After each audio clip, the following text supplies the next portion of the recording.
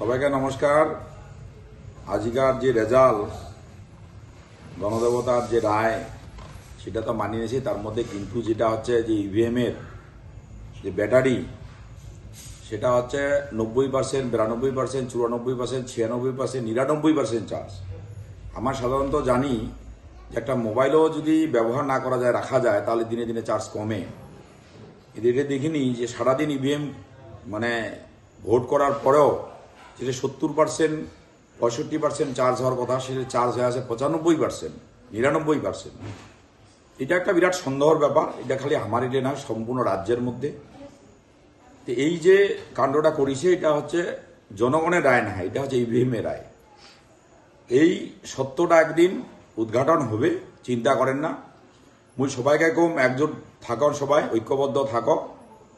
আমার দিদি আছে, অভিষেক বন্দ্যোপাধ্যায় আছে, যেটা ধর্ম আছে সেটা জয় আছে। তোমার প্রত্যেকেই জানেন যে রামচন্দ্র বনবাস হয়েছে, তাই বলে রামচন্দ্র থেকে মহাপ্রভু রামচন্দ্র হয়েছে। অভিষেক বন্দ্যোপাধ্যায় এবং মমতা বন্দ্যোপাধ্যায়ের যে নাম আছে, সেটা কখনো কাহা মুছি দিবা পারিবা না। আর মোর ব্যাপার নিয়ে অনেকে কওয়াছে যে মোক পুলিশে নিয়ে গেছে, মোক অমুক করিছে, তমুক করিছে। মুই বাড়িতে আসু, ভালো আসু, এবং এটাই আমি কম যে সবাই শান্তি শৃঙ্খলা বজায় রাখেন। বিজেপি যদি উৎপাত করে, উৎপাত করিবা দাও, তার ফল উমাক ভগবান গিবে। কাহ ভগবানের হাত থেকে ছাড় পাবা না। এতটুকু মনে রাখেন।